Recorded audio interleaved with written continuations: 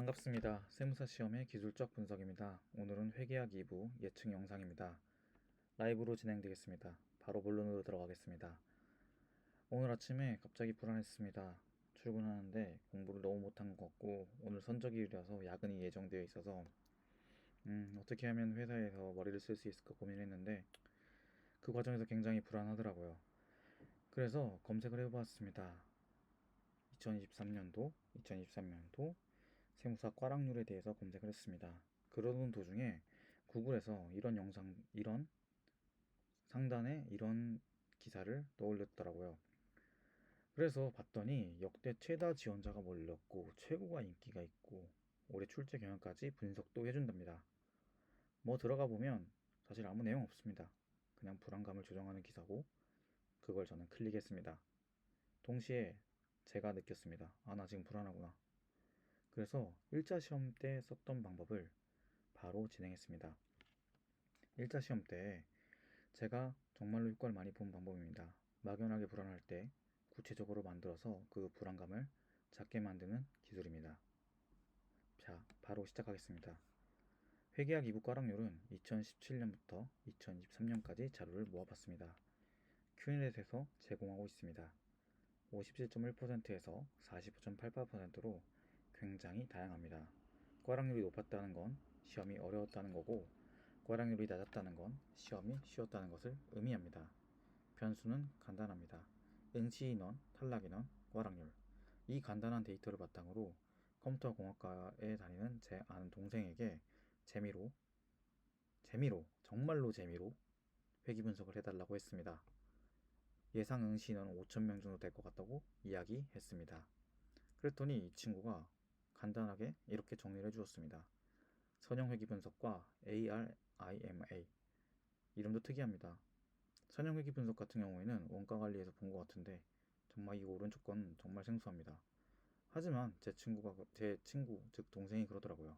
오른쪽이 더 정확하다고, 왼쪽은 너무 단순하다고. 하지만 자기가 세무사 시험이 뭔지 모르기 때문에 정말 기본값을 넣어서 분석을 해줬다고 합니다. 우리는 결과만 보면 됩니다. 뭐 이렇게 많이 적어줬는데 필요 없습니다. 결과는 회귀 분석 방법은 47.02% 볼 케이스입니다. 시험이 쉬웠다는 거죠. ARIMA는 베어 케이스입니다. 시험이 어려웠다는 거죠. 자, 2024년도에 시험이 예측된 과락률이 한 모델에선 47%, 다른 모델에선 54%가 나왔습니다. 그렇다면 시험 난이도는 어떻게 결정되고 과락률은 어떻게 결정될까? 잠시 생각해 보았습니다. 시험 난이도는 쉽다, 중간, 어렵다. 채점은 세미너 채점, 부분점수 채점, 칼채점 이렇게 있습니다. 근데 여러분들 잘 생각해 보시면 시험 난이도는 우리가 결정하는 게 아닙니다. 채점도 우리가 결정하는 게 아닙니다.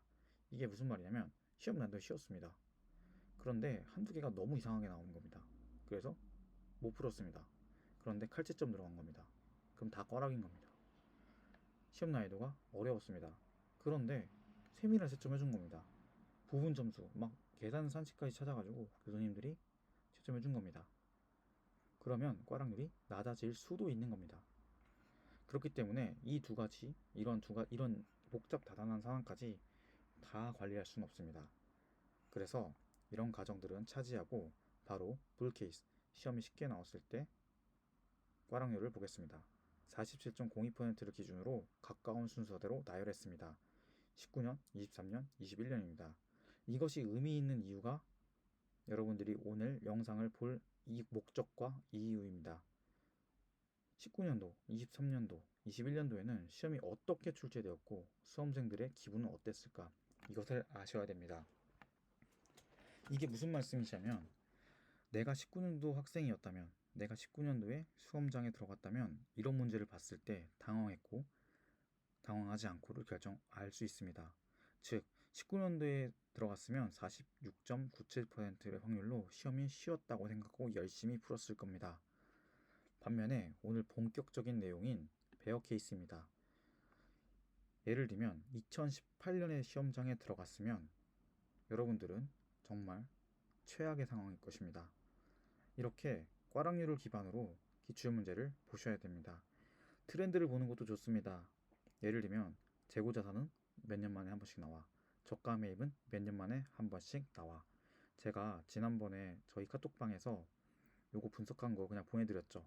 그래서 자꾸 패턴 분석이나 빈도 분석을 이렇게 되게 중요시 여기시는 분들이 많은데, 그것보다도 더 중요한 것은 어떻게 출제되는지 봐야 됩니다. 예를 들면 유가증권 평가가 올해도 나왔고 3년마다 예를 들면 나온다고 가정해 봅시다. 그러면 이 3년마다 가정이 나와서 내가 이걸 공부해 공부 안 해 이게 아니라 정말 시험장에 들어가 보는 겁니다. 예를 들면 18년도 유가증권과 유가증권 평가와 22년도 유가증권 평가가 어떻게 달라졌는지 보는 겁니다. 그래서 왜 이렇게 유가증권이 나오면 어렵구나, 이렇게 접대비가 나오면 어렵구나, 이렇게 퇴직 소태가 나오면 어렵구나, 이거를 이 안경을 가지고 기출 문제를 분석하셔야 됩니다. 그냥 맹목적으로 빈도 분석해서 이거 올해 나온다 안 나온다, 냉정하게 얘기했습니다. 이거 안 하는 사람 없습니다. 여기서는 불안감을 줄일 수가 없습니다. 그래서 불안감을 줄이기 위해서는 내가 그 시험장에 들어가는 상상을 해야 됩니다.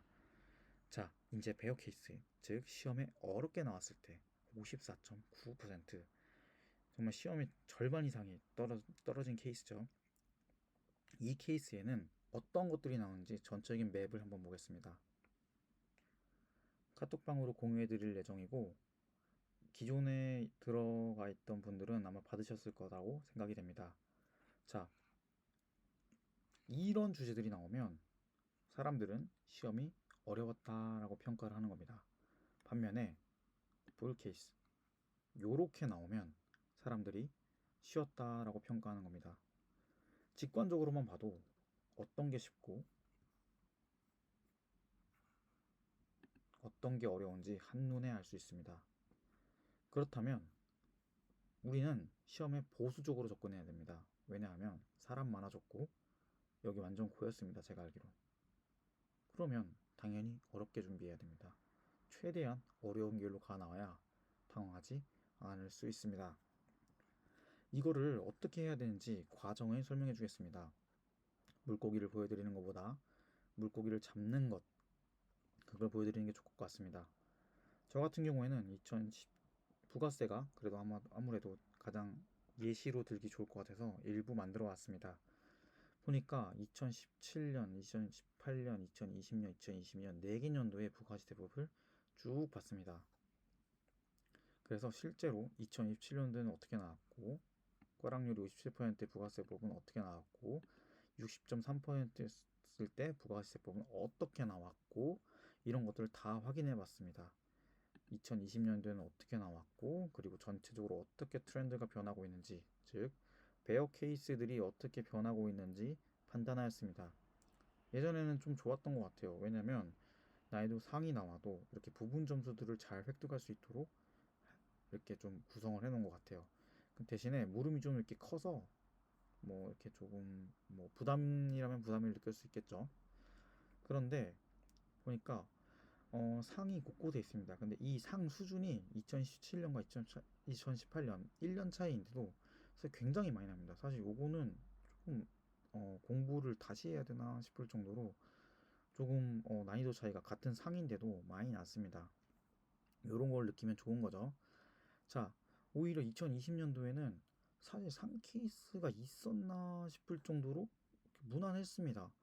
그래서 아마 부가가치세법에서는 조금 점수를 주지 않았나, 그래서 법인세나 소득세가 좀 어렵지 않았나 이런 가정을 해봤는데, 실제로 한번 가서 이제 확인을 해야겠죠. 공부하는 시간에 이렇게 빈도 분석, 뭐 1, 3, 5, 7 나왔다 안 나왔다, 뭐 기부금이 올해 나왔고 내년에 나오고 3년마다 한 번씩 나오고 뭐 5년 연속 나왔는데 올해는 안 나오겠지, 뭐 올해 5년 연속 나왔으니까 올해 나올 거야, 이렇게 단순하게 생각하는 게 아니라 불 케이스에서는 어떻게 기부금이 나왔고 베어 케이스에서는 기부금이 어떻게 나왔고, 이런 전체적인 구조 아래에서 여러분들이 기출문제를 분석하시는 걸 추천드리겠습니다.